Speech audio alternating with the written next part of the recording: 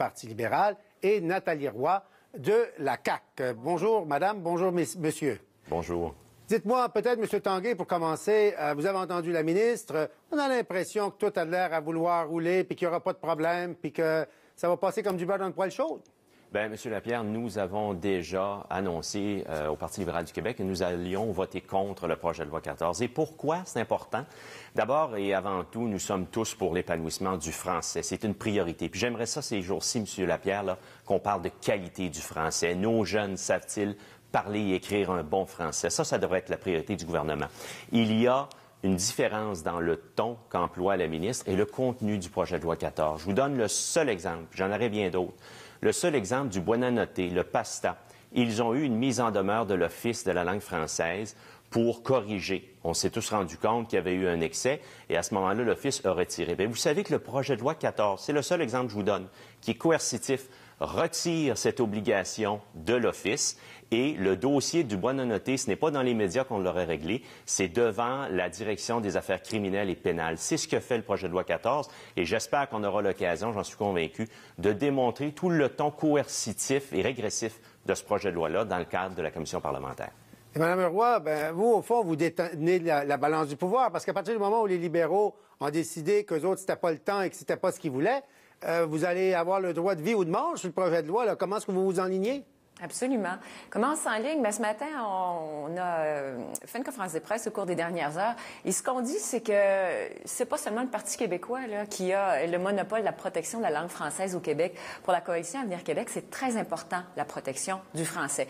Naturellement, nous, ce qu'on dit, c'est qu'il faut y aller de façon intelligente, de façon également à respecter les droits de nos minorités qui sont ici également. Et outre cela, j'écoutais tout à l'heure la ministre de Courcy dire oui, et là je la cite, c'est un débat qui peut créer des crises. Alors nous, ce qu'on dit, c'est est-ce qu'on a besoin de revivre de vieilles chicanes? La réponse, c'est non. Cependant, il faut dire qu'il y a des choses, dans le projet de loi 14, il y a des choses qui sont bonnes, avec lesquelles nous sommes d'accord, mais il y a également des irritants. Et ces irritants-là, il va falloir que la ministre recule. Et d'ailleurs, elle a commencé déjà, pour ce qui est des municipalités de moins de 50 de population anglophone, des municipalités au statut bilingue, vous l'avez entendu tout comme moi, dire que le fait de demander aux villes elles-mêmes si elles voulaient ou non conserver ce statut, c'était quelque chose d'intéressant. Bien ça, nous, la Coalition, on va se battre pour ça parce qu'on dit qu'on n'a pas à raviver des chicanes dans 90 petites municipalités à travers le Québec, alors qu'il y a 1100 villes au Québec, où il y a des habitants, des gens qui vivent en toute quiétude, il n'y a pas de problème linguistique, et on veut raviver ça. Alors nous, on est totalement contre ces vieilles chicanes. On sait que peut-être le Parti québécois veut-il nous ramener sur des vieilles chicanes. Cependant, c'est vrai qu'il y a des problèmes linguistiques au Québec, et c'est vrai qu'il faut s'y attaquer. M. Tanguay, par exemple, la question des villes, je sais que ça fatigue beaucoup de monde. Moi, dans les cantons de l'Est et tout ça, les gens sont inquiets. Pourquoi est-ce que vous pensez que le PQ ramène cette histoire-là quand il n'y en a pas de chicane, là? Monsieur Lapierre, peut-être sur le point, justement, de Mme Roy. Vous voyez, Mme Roy, j'étais là lors de l'étude des crédits. Mme Roy a suggéré qu'il pourrait y avoir des consultations sur les 84 villes ciblées par le statut bilingue. Et on a vu que la ministre a récupéré la balle au bond et vient d'en faire état longuement devant vous. Alors, est-ce qu'on veut au Québec 84 référendums pour que la majorité francophone retire les droits d'une minorité anglophone, alors que vous l'avez bien dit, il y a un équilibre et les francophones sont tout à fait disposés et heureux de cet équilibre-là et que le service soit offert. Et mais moi, je ne vous parlais pas de référendum. L'aspect coercitif de ce projet de loi-là est également, puis c'est important de revenir, un autre aspect que je vous donne, c'est la fameuse police politique linguistique. La ministre nous a dit, parce que la ministre, elle, se donne les pouvoirs d'enquête sur la loi sur les commissions d'enquête dont dispose, entre autres, la commission Charbonneau, dont dispose l'Office de la langue française. La ministre a confirmé que politiquement, elle voulait l'avoir pour elle-même et elle voulait également nommer des enquêteurs. Mais elle m'a dit, vous savez, M. Tanguay, il n'y aura pas d'abus qui vont se faire, de un, et de deux, j'ai aucun crédit pour engager de nouveaux enquêteurs. Bien ça, M. Lapierre, là, c'est aucunement rassurant. Là-dessus, justement, Mme Roy, qu'est-ce que vous en pensez, cette histoire de pouvoir important à la ministre? Écoutez, il va falloir discuter sérieusement. D'un, il va falloir écouter les gens. Il y aura près de 90 mémoires qui seront déposées. Puis on veut écouter les gens pour voir quelles sont leurs préoccupations. Mais outre ça, c'est toute la question de savoir dans quelle mesure il y a un problème linguistique au Québec de façon générale, mur à mur. Non.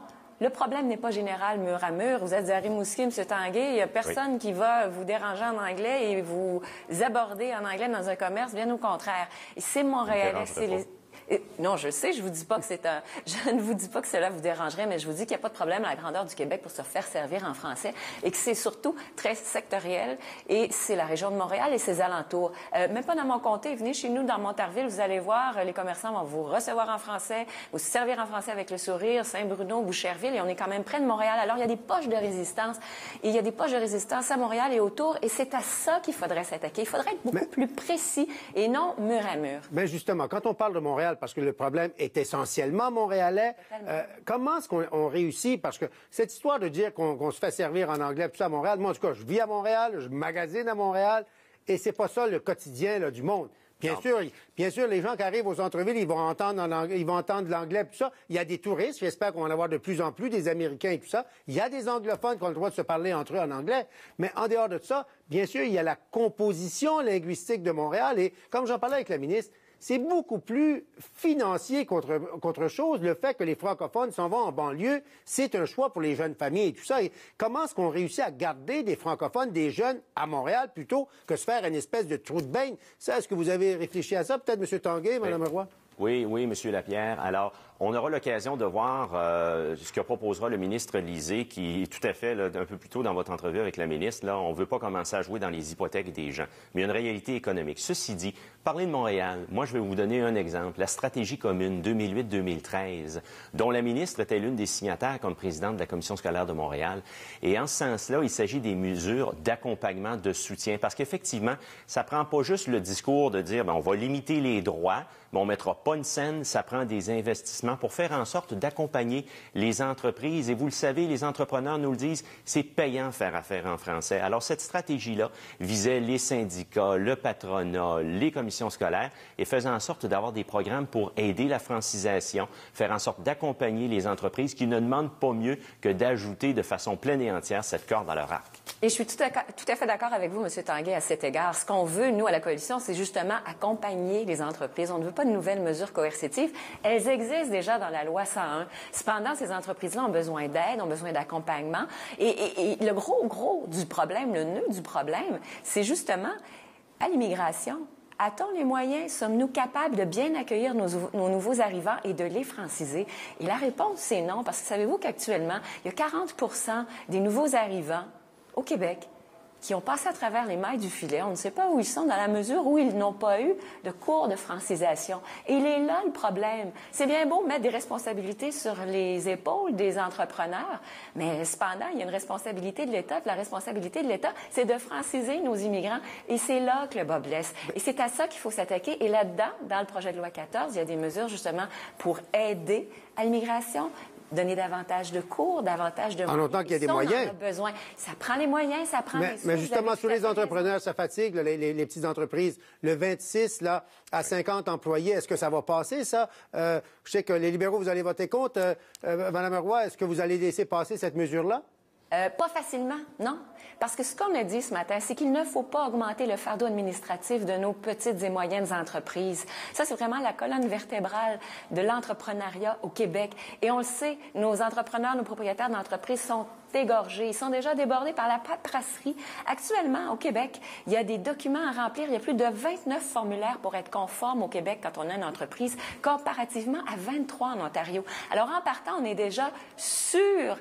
On a une bureaucratie qui dépasse celle des autres. Pourtant, on est en compétition. Et là, avec le projet de loi de 14, on vient de rajouter des documents. C'est écrit noir sur blanc dans le projet de loi 14. Les entrepreneurs des entreprises devront remplir les annexes. Écoutez, on en rajoute. Et on va suivre ça avec grand intérêt. Mais on espère qu'on va pouvoir avoir un débat serein et que le bon sens va prévaloir. Merci infiniment. Et on va suivre vos délibérations en commission parlementaire. Merci. Messieurs, ne bougez pas parce qu'après la fois,